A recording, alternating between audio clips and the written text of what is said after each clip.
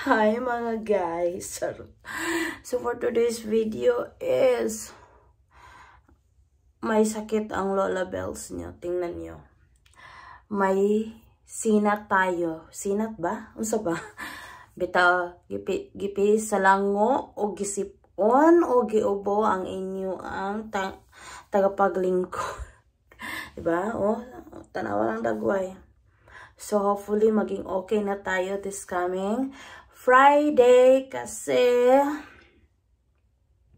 may another procedure tayo na haharapin. Tingnan nyo.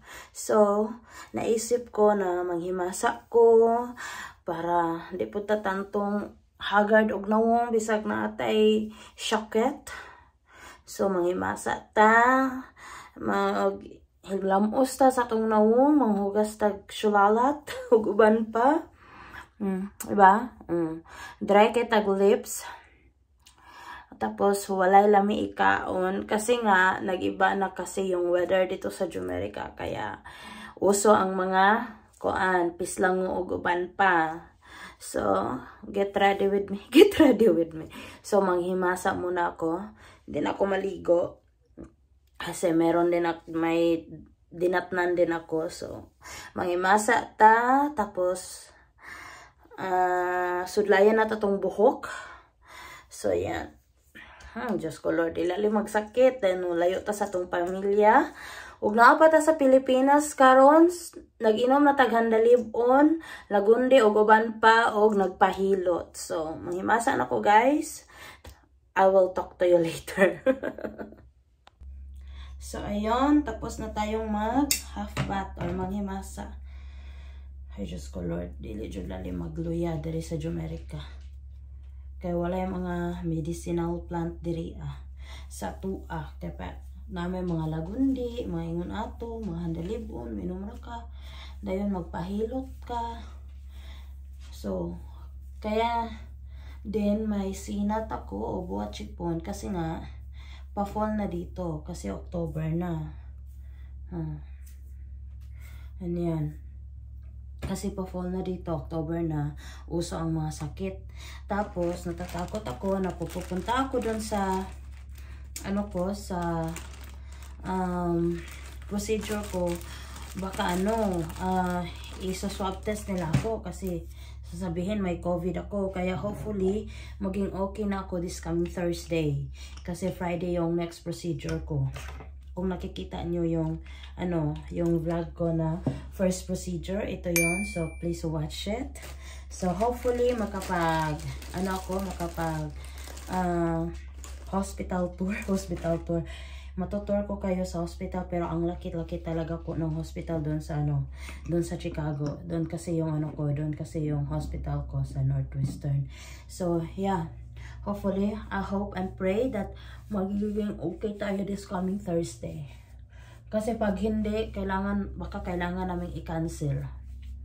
So hopefully hindi kasi kailangan ko nang mag-second procedure para makapag-proceed ako sa ibang mga bagay. Tapos may bakasyon pa kami ng aking asawa. This would be the last procedure for this year and we will continue it for next year. So, continue pa natin yan next year kasi they are hoping for 8 procedure. So, hopefully, magiging okay tayo, no? Para hindi na hindi na tayo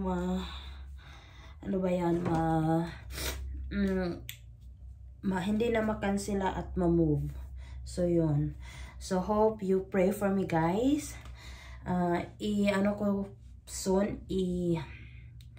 Sasabihin ko kung bakit ako nagpo-procedure soon. I-reveal ko sa inyo kapag handa na ako at tapos na ang lahat, siguro.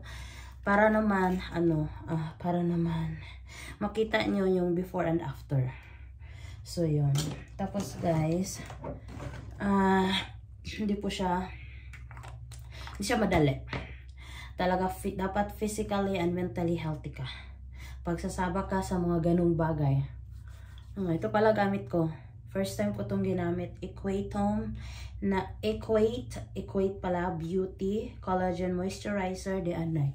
Ngayon ko lahat mo nakita.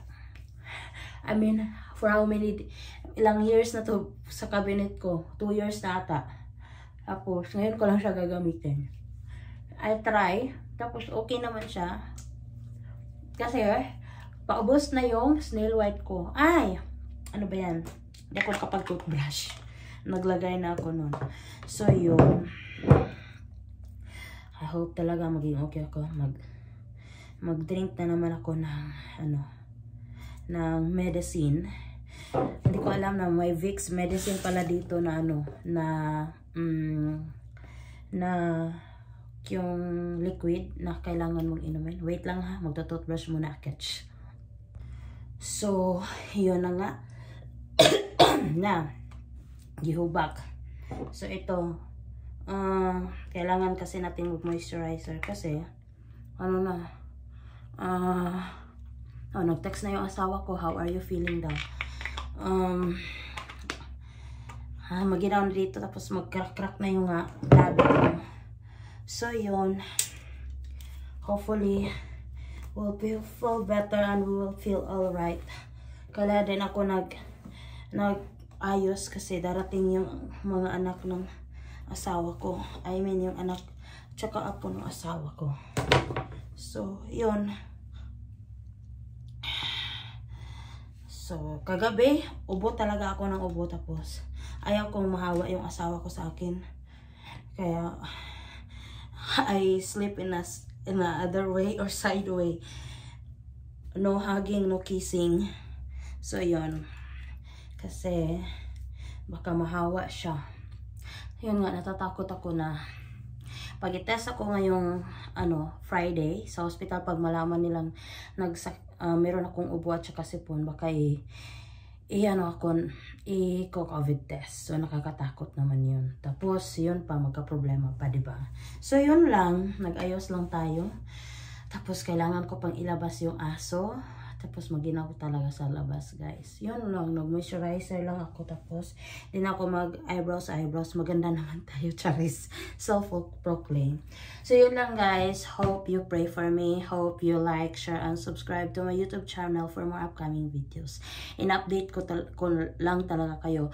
Hope you pray for me that magiging okay ako ngayong Thursday for my second procedure. At itatry kong itutur kayo sa hospital.